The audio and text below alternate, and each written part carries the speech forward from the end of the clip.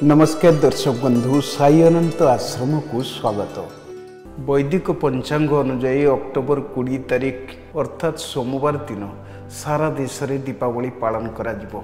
एही पर्व प्रतिवर्ष कार्तिक अमावास्या दिन पालन करा जाइथाय। केतेक लोक ज्योतिष शास्त्र रे विश्वास करुथा बेले किछि अविश्वास मध्य करंती, किंतु कुहा जाय ग्रह मानकर प्रभाव आमर राशि उपर निर्भर करे। तेबे ही पवित्र पर्व अवसर रे माँ लक्ष्मी पूजा करा जिव सहित घरे दीप जला जाइथाय।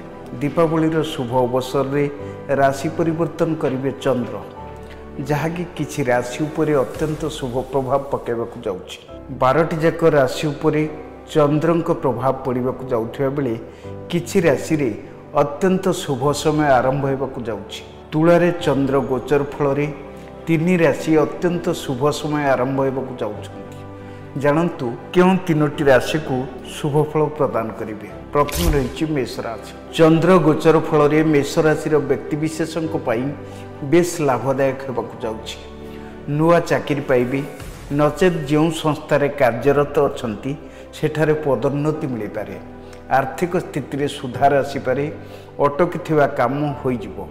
आकस्मिक धन लाभ होबार संभावना रही। द्वितीयटी रही कर्कट राशि। आर्थिक स्थिति आहुरी मजबूत रहिबो। कोनोसी स्थान रे जदि टंका पैसा किछि अटकी रही तेबे ताहा फेरी आसीबो। सामान्य टेंशन आसीपारे, किंतु ताहाको सामना करिवार सक्षम हेबे।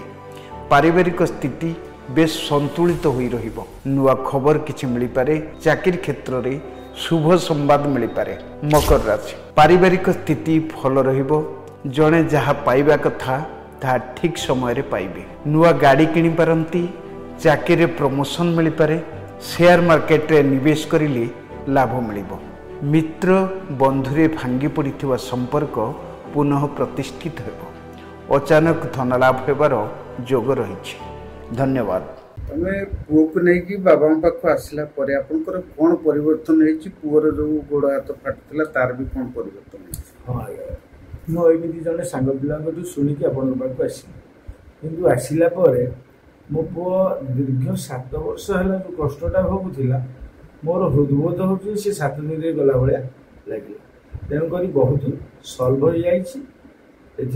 बाबा को कोटि कोटि प्रणाम। आ महावीरी पंचमुखी महावीरी हनुमान को मो स्वामी जहाँ कहले मुझे से कहूँ तथा मोर अलग अनुभूति। बाबा कहले मेडिटेशन करने आम 4 खाली मेडिटेशन कलापर काली कर मेडिटेशन मुझे निजे महावीर आसिक छुई पेटू देवी मुझे कष्ट पाई मो पुओ एमती कि बर्तमान अनुभव करुँच मो पुओ भविष्य संपूर्ण भल।